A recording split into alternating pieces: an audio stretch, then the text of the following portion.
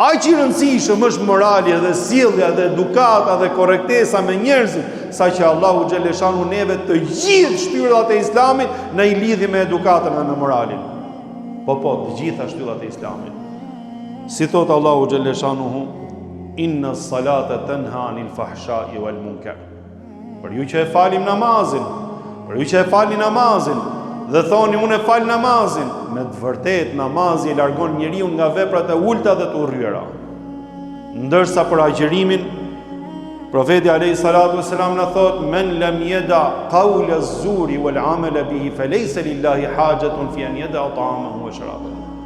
Ai i cili nuk lën veprat edhe thënjet e urryera të pista, nuk ka nevojë Zoti xhaleshanu që të lej ushqimin, dhe të lej pijen, edhe të bëjë sikur agjeron.